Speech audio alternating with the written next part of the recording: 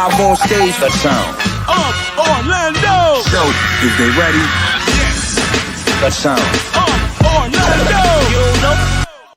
What's going on, party people? What is going on right about now? You know what time it is. It's time for the Sound of Orlando show. This is your boy Rome, live and direct. We were supposed to be on earlier with Prince Raheem. He wasn't able to make it tonight. We will probably reschedule that.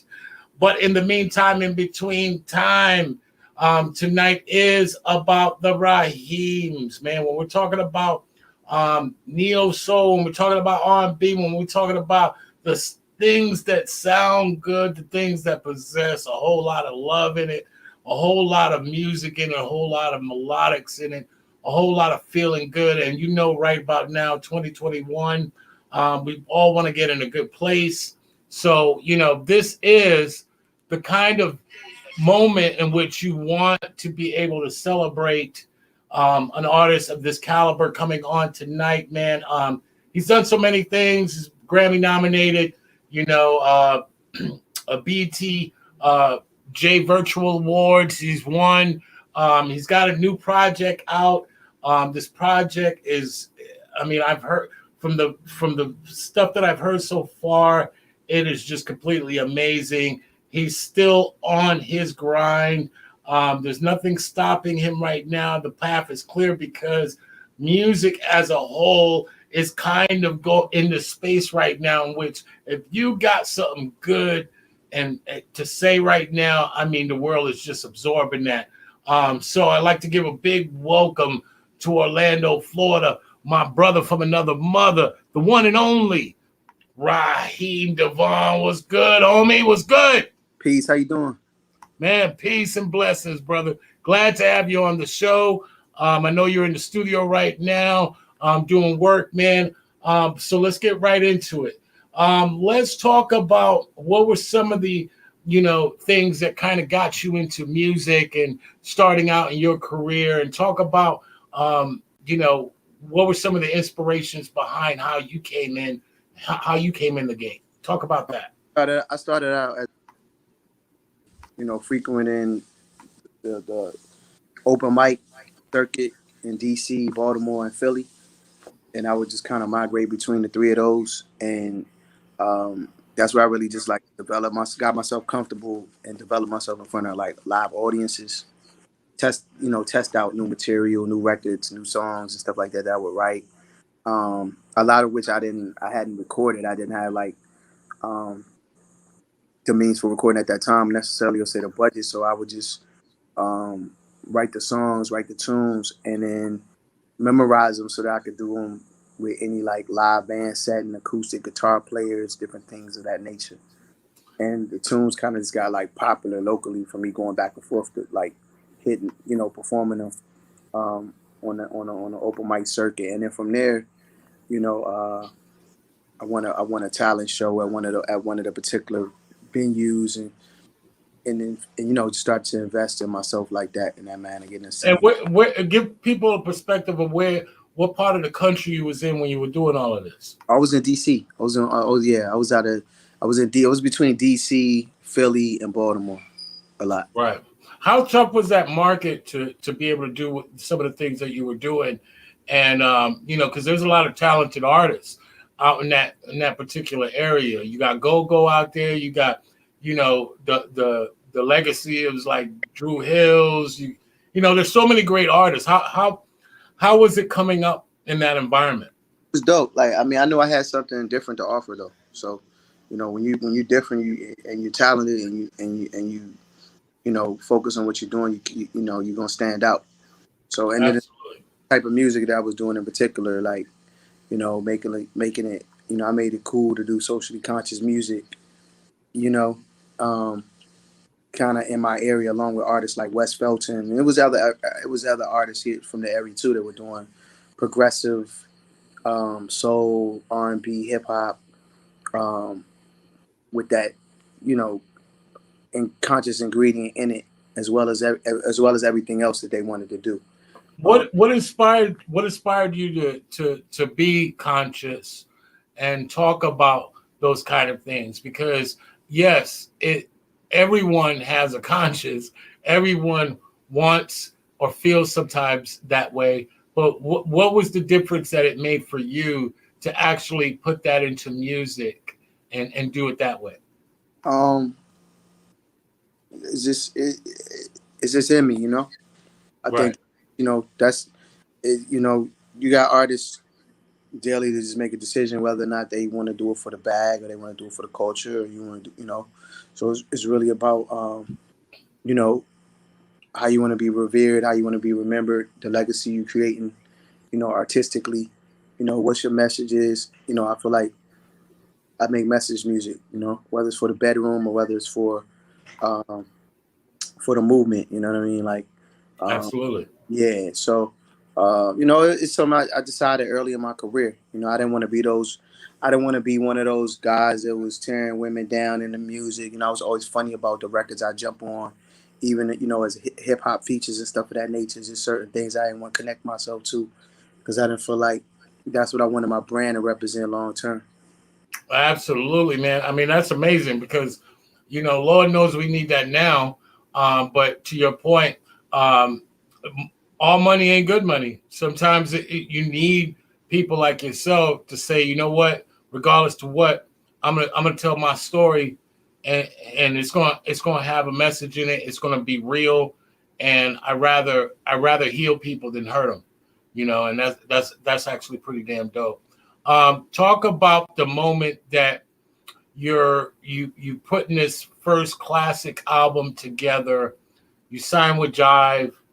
Talk about those moments and what that chapter meant to you.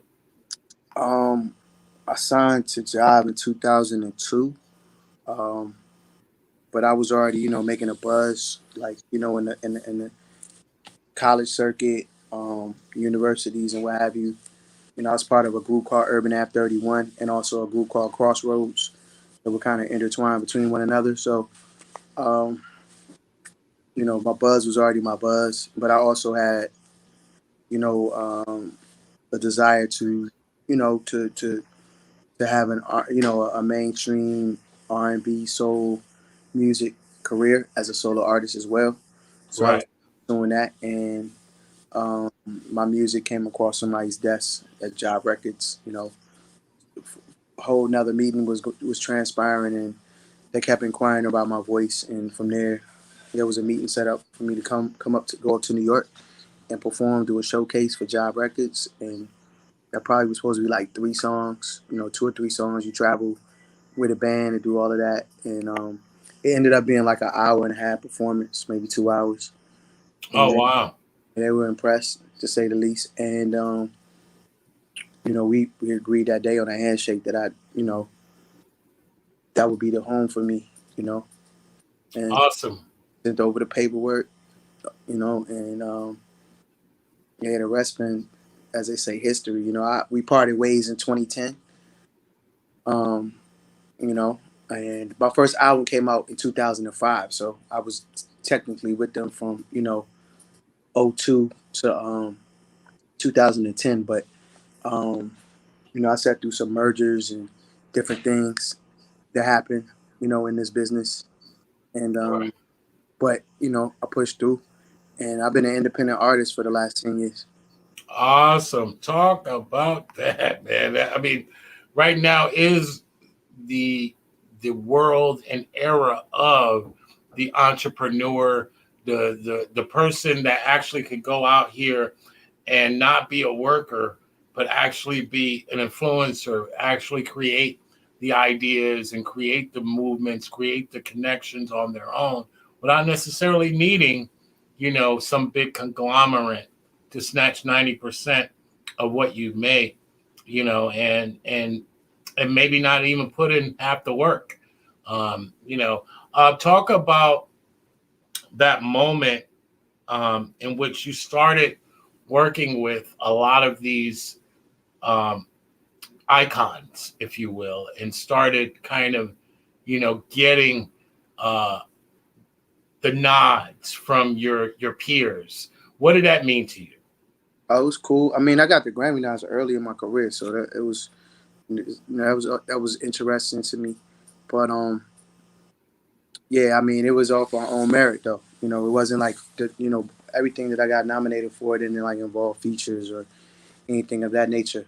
Um, in fact, my third album, the entire album was nominated for R&B Album of the Year. Um, Absolutely. it's the Love and War Masterpiece, which was a double CD. There's a double CD deluxe version of that particular album. Um, yeah, I mean, I think I just came out at a time where nobody was doing what I was doing the way I was doing it, and um, people really, have taken to it and still take to it, to this day. Um, and so I'm thankful for that. I learned I've kind of like don't really base my career off of the merits of like accolades, though. You know what I mean? Like, Right. really just boils down to how great the music is every time you drop for me. And you know what? I mean, that says a lot of your perspective when it comes to being artists in this world. A lot of artists right now base a lot of their success on those accolades, on those features.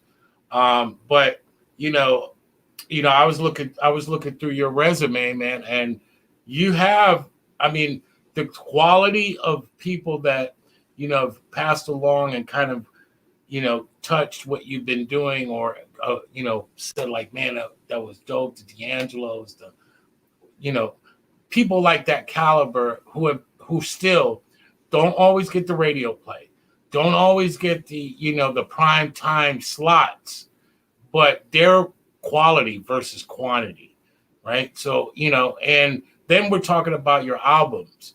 Like they all have the word love in it. Talk about that. I mean, so for people that may not know, that's amazing. But talk about what the idea behind that once again for those that may not know. Um, my philosophy or like my method is a lot of I strive to make a lot of quality in quantity. You know what I mean? Because I understand like the time that we in, Right, and so everything we like in the microwave world for artists is like once you drop, you got to keep dropping. right, You know, um, and probably 10 to 15% of my fan base is like new millennials, so they want it continuously. And I'm looking to grow and expand that as well. Um, without compromising the integrity of what it is that I do that people love while they love what I do. You know, uh, right. as far as like having love in every song title of every album. I mean, I would say think of it as like a Tribe Called Quest cover. You know what I mean? Like where they had the what was it, like the Electric Lady, or Right. you know that is like the equivalent of that. I mean, but and then of course the obvious, like love is the highest frequency we can operate on. You know what I'm saying, all the time. So I just um I just try to put that frequency. Is my goal to put that frequency out in the music. And look, I mean, we can say all we want about the perceptions of what it is to love, the pitfalls behind it, the pain behind it. But look, what you just described is quintessential to not only R&B but hip hop as a culture. That is a hip hop mentality to describe what you're doing, to tell the people what you're working with, to tell the people this is the frequency I'm dealing with through music, through your song, album titles. I just think that's completely amazing. And, kudos to that not being lost to the world, because the world tends to try to beat that the hell out of you. You know what I mean? Yeah, So kudos to persevering through that.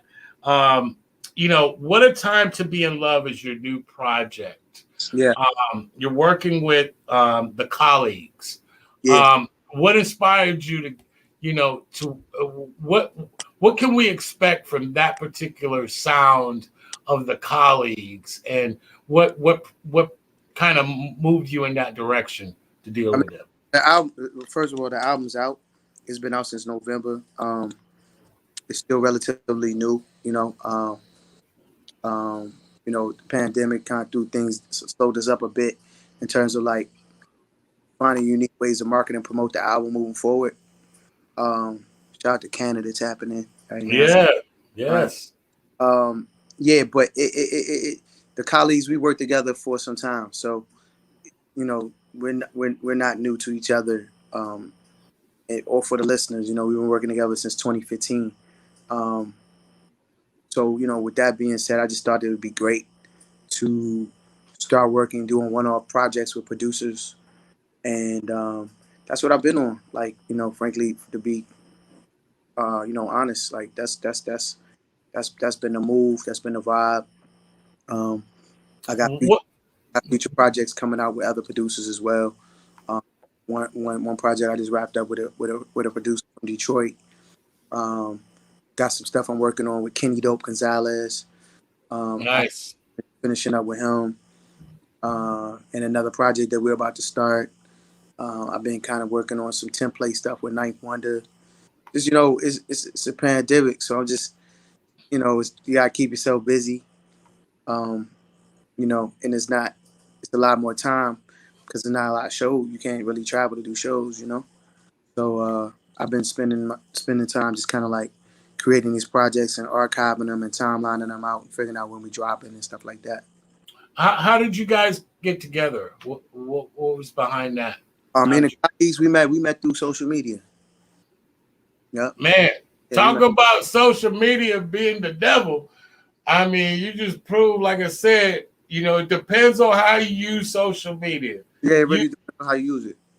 you can use it to bring people together, or you can divide people, man. So that's awesome, man. You know, uh, this what went behind the name, of the album. Time. What a time to be in love. Talk about that. Given the pandemic, I mean, given like you talked about all these things that are going on. it's kind of like a double entendre. It means two things. It means exactly what it says, and then it means what a time to be alive as well. So um, that was already taken. Drake and Future already did that. So I wanted it to be, and being authentic and organic and also staying true to the brand. I just felt like what a time to be in love was exactly the vibe of what is going on right now.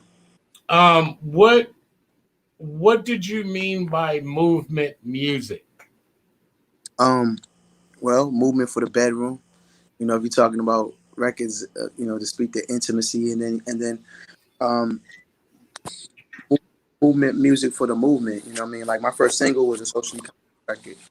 Marvin used to say this was a tribute to Marvin Gaye, and there's another powerful record on there that's like 10 conscious songs in one, called Lord Help Me. So um, yeah, so it's so with that being said, it was like, yo, this is movement music. Absolutely, man. I mean, we kind of understate the times of what artists are in this particular generation. Sometimes we think they're overly produced. Sometimes we think, um, you know, they're very shallow. Um, Everything that you're describing is, the artist in which I was blessed to grow up with, and Yeah, the idea of that everything that they did was a deliberate action, as well as just tuning into the universe of what was going on, and you know, you're known as the Love King. Now, now it's Mr. Midnight. You know what I'm saying? Talk about you know these you know these monikers, if you will, and is Mr. Midnight the alter ego of the king? I never really thought about it that deep, but I guess you could say that. We can run with that. I'll borrow it and run with it if you don't mind. Yeah, I mean, it's definitely the you have to constantly reinvent yourself. You know what I mean? Absolutely, Yes. man. So I'm very fond of that concept. So definitely, I've constantly reinvented myself throughout career, and I'll continue to do that. I do feel like Mr. Midnight's probably the biggest rapper of my entire um, career, but that remains to be determined. Man, look, I was just put on that record, and I was literally blown away. You have everything in it. You have that love that's dominant in it. But you have that street. Um, you have that soul, but yet you got that hip hop in it. I mean, like it's something for everyone. You know, when you think about soul music and R&B right now, what's your idea on how R&B heading into 2021? What's your thoughts? Where do you see it kind of going? And where, you know, we know you're going to be doing good, but just as a general kind of analysis, what do you see R&B going moving forward? I love it. I think it's a lot of amazing things happening right now. I love the creativity that's happening with it. Um, there's a very artsy, simplistic thing that happens. That's happening with the music. I've been studying it. You know, um, I think I've found a way to stay progressively new, but again, still very true um, to what I do. You know, um, Right. it's only a handful of us that have, and to continue to do the same. And I'm thankful to be present, man. Have my name mentioned in those conversations with Ari Lennox or Jasmine Sullivan or um, whoever, Ro James. It's just, so many artists, different artists you can name. Um, playlisted on Spotify and these different things. Um, Apple Music come out. They put half of the entire album on the playlist. Brown Sugar playlist or what have you. Like, it's great, man. It lets me know that I still got the juice. No pun. How are you? How are you? How are you impacted by COVID? And I know we can all say, "Hey, nobody performed," Yeah, but that doesn't encompass a person as humanity, as a human being. yeah, What yeah, did you personally experience last year, and it's still ongoing yeah. It's still ongoing. You know, behind this COVID? hit I've taken, financially is in the millions. You know, it's, Wow. yeah, we in the millions with it. Um, so it is what it is. You find ways to stay creative and innovative and resilient and work through it just like everybody else. I think I think it's easy to lose sight that entertainers are human just like everyone else sometimes. You know, Right. but but then it depends on how much depends on how much humility you operate with. You know what I mean? Right. And capacity. Well, one of the things I love about this show, and Raheem Devaughn is joining Orlando right now. You speaking to my city right now. One of the things I love about this show is that what I wanted to do or what I wanted to accomplish was the ability to, your point, humanize these artists, Hmm. because beyond all the money, beyond all the successful shiny objects, these people are human beings, man. They got families, they got people they care about. And to not be able to do the thing you love in the way that you've been used to for so long has got to be tough on any human being. There's people that haven't been able to work a job. They're not used to not working, but they've been out of jobs because of COVID. Like you're describing, not being able to perform, not being able to do the things you love, and the sense that you were doing before is also a blessing. How many times do you get to kind of go into the studio and just relax and No, it's make the album you want. never no relaxing in here. We get busy. Yeah, right. But I'm saying like being able And to I mean create with that no happens. pressure. It's never no pressure. Like that happens anyway. Like I'm that guy that like jump off stage and go to the hotel, take a shower, and then go work at a studio all night, like city to city. But it's again, I missed the live performance aspect, connecting with the fans, doing the meet and Right. greet, um, the travel. I am thankful for the time I've been able to spend, extra time with family and stuff like that. But it's work, and it's when you've been doing something for 5, 10, 15, 20 plus years, this part of your regiment, that feeds your soul. It definitely affects. It's affecting a lot of different artists in a lot of different ways. Right. What are some of the hardest things you had to do as an artist in adapting to this new normal that we're all kind of doing in real time? What if you could isolate one thing that you said, okay, well, boom, this kind of, a person could get in an accident and not be able to perform anymore in Yeah, that regard and take off 6 months. it'd probably be just the performing online versus performing for a live audience. That's probably been the biggest like challenge. I've taken a break from kind of like the online performances. I've been doing like solicited to do different events and private events and things of that nature. But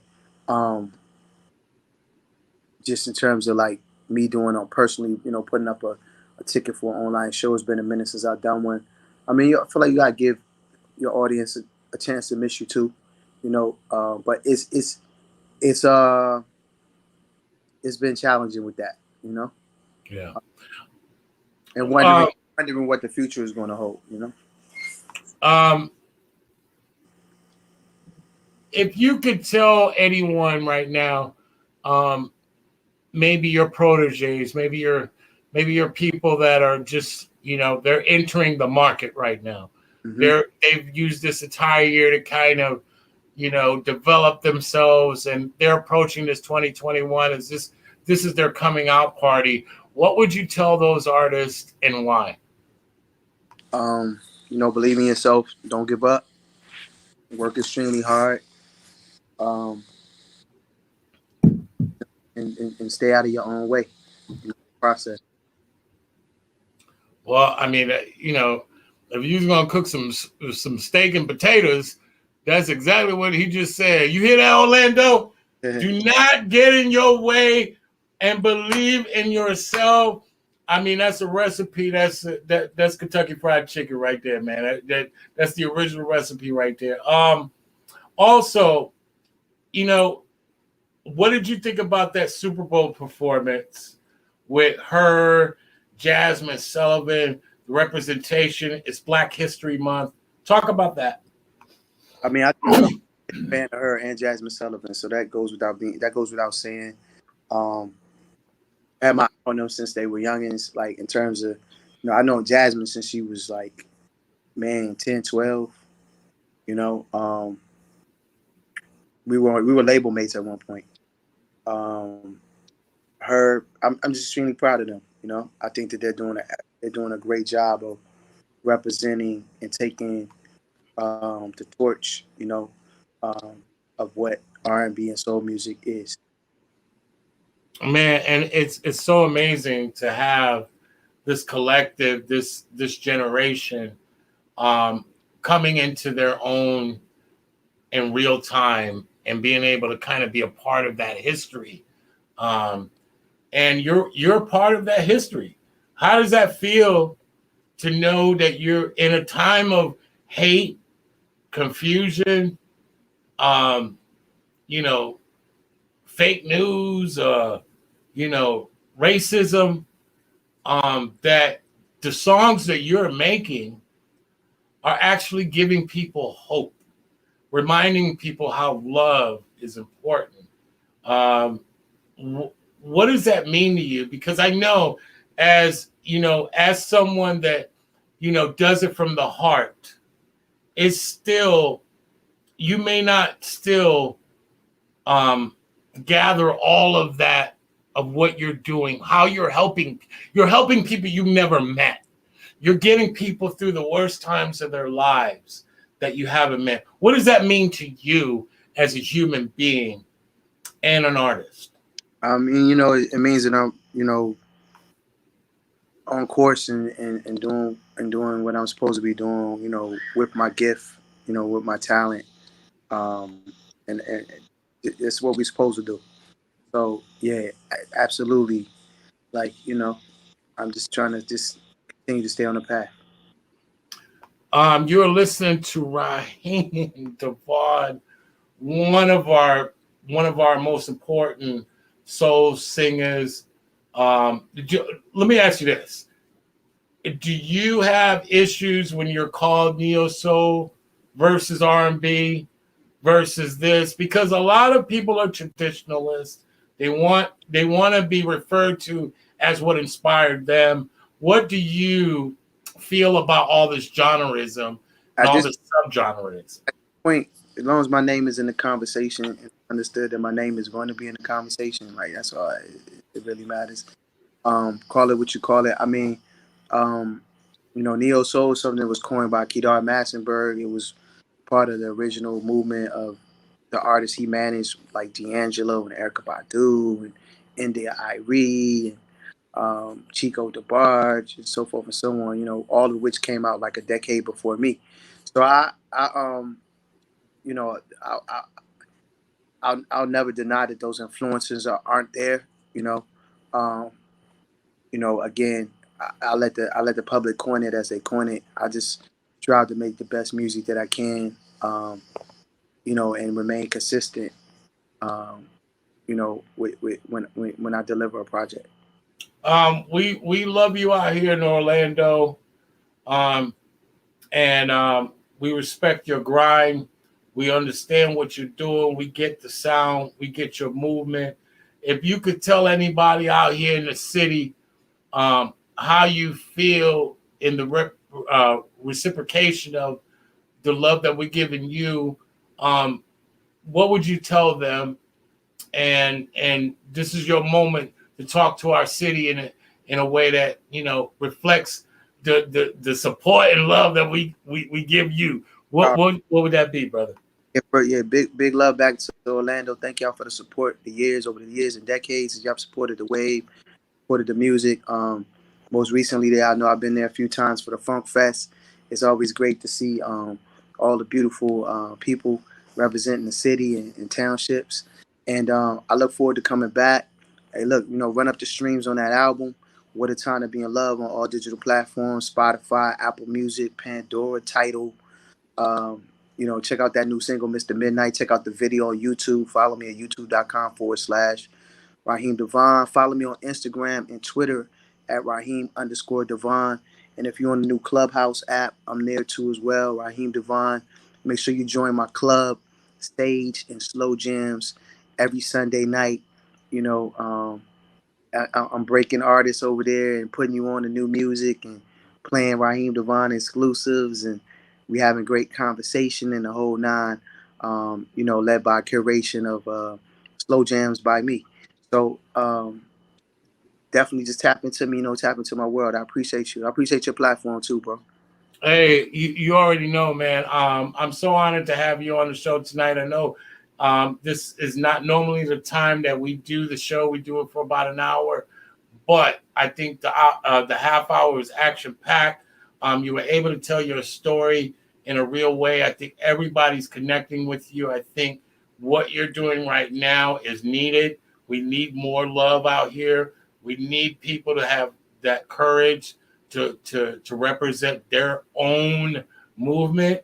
And anytime we could get someone to the likes of you to tell their story and to inspire the next generation behind you to do it, I think it's a good day, man. So with that, I want to thank you for coming on the Soul Show.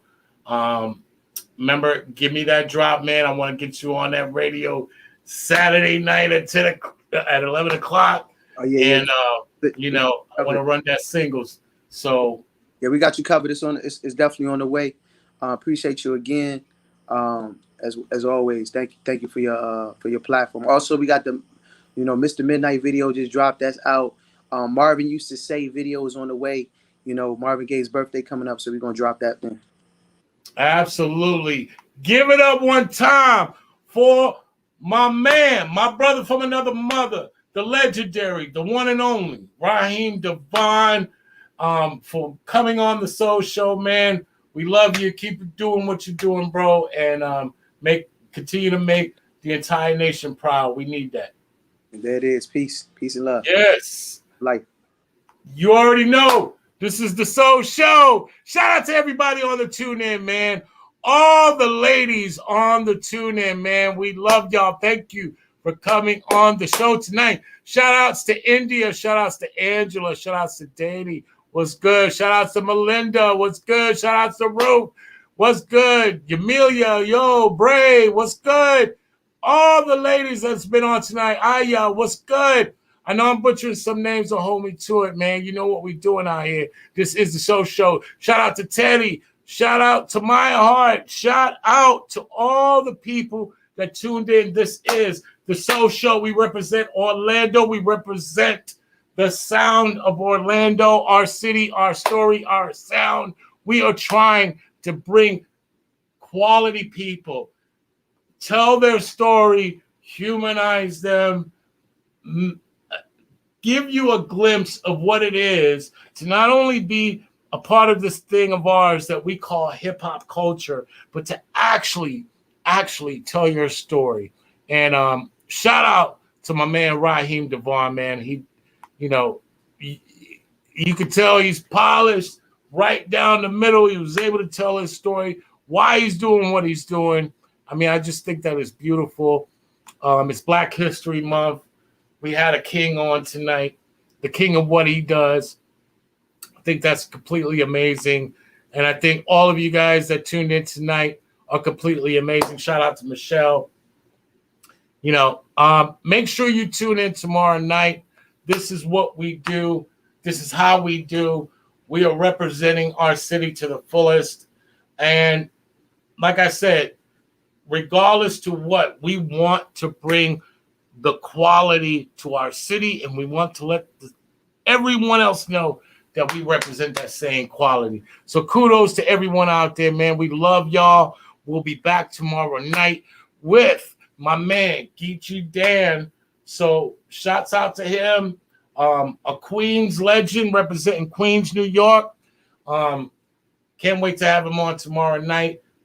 Salute everybody out there. Stay grinded. Stay loving.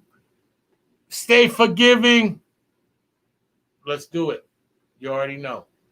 I'm out.